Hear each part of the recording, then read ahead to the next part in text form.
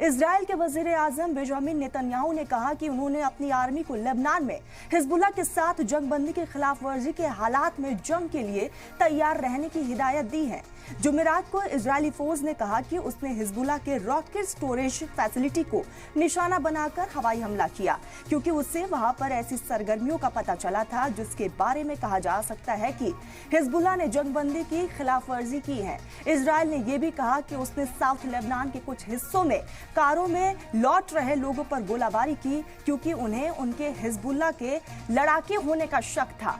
सरकारी समाचार एजेंसी के मुताबिक गोलाबारी ने 2 लोगों को जख्मी भी कर दिया। इसमें इजरायली आर्मी तर्जुमान डेविड मैंसर ने हिजबुल्लाह को वार्निंग दी है कि अगर यहाँ पर आग का जवाब आग से दिया जाएगा और यहाँ पर अमन का जवाब अमन से दिया जाएगा।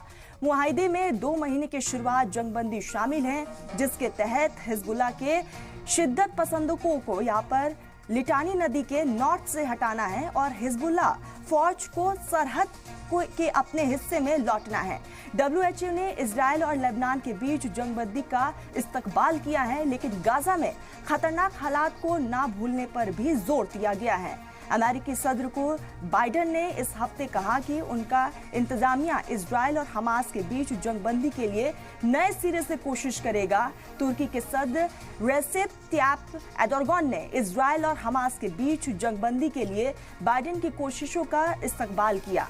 उन्होंने कहा कि ये बहुत लंबे वक्त से अटकी हुई थी, जो एक अहम कदम है। वह अंकारा में ओमान के सुल्तान के साथ बातचीत के बाद बोल रहे थे। गाजा यहाँ पर वजारत सेहत के मुताबिक पिछले 24 घंटे में पट्टी में 48 लोग मारे गए हैं, जिससे इजराइल और हमास के बीच 13 महीने से ज्यादा वक्त से चल रही जंग में मरने वालों की तादाद 44,330 हो गई है। इस बीच यमन के हौसी बागियों ने फिलिस्तीनियों की हिमायत में आवाज उठाई है।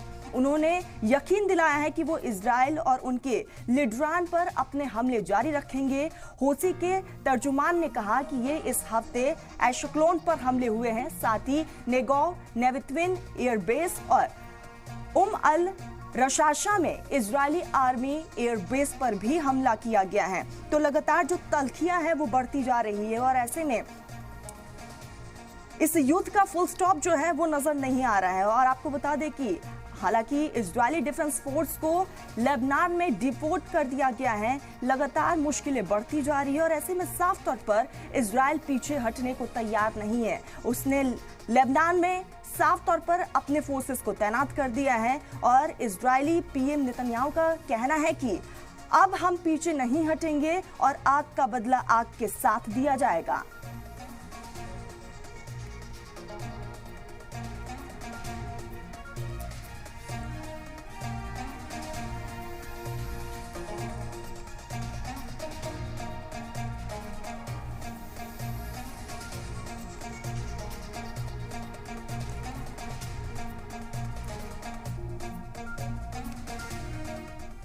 इसी बीच हमारे साथ हमारे खास मेहमान जुड़ चुके हैं। यूके देवनाथ स्ट्रेटेजिक एक्सपर्ट है हमारे साथ। सर, बहुत स्वागत है, आपने सलाम टीवी को अपना कीमती वक्त दिया। सर, लगातार हम देख रहे हैं इजराइल और हिजबुल्लाह में तल्खियां बढ़ती जा रही है, हालांकि अब इस जंग का सर कोई फुल स्टॉप नजर नहीं आ रहा। जी हाँ तरन्नुम जी, उम्मीद पर दुनिया कायम है। फिलहाल ये उम्मीद की जा रही है कि जंगबंदी होने के बाद से जो ये छुटपुट हमले इजराइल ने किए हैं वो ऐसा अब से करने में बाज आएगा।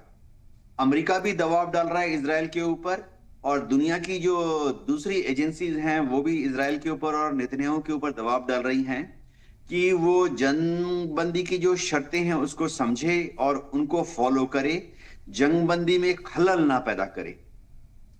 इजराइल जो है वो पिछले 48 घंटे में उसने 2 बार लेबनान में हिजबुल्लाह के ठिकानों पर हमला किया। इजराइल कहता है कि उसने हमला सिर्फ इसलिए किया क्योंकि लिटानी रिवर के आसपास वाले एरिया में हिजबुल्लाह अपनी मिसाइलों को रीडिप्लॉय कर रहा था। लेकिन हम उम्मीद करते हैं दुनिया के सारे जितने मिलिट्री स्ट्रेटेजिस्ट हैं, जितने राजनीतिज्ञ हैं और पीस लविंग पीपल हैं,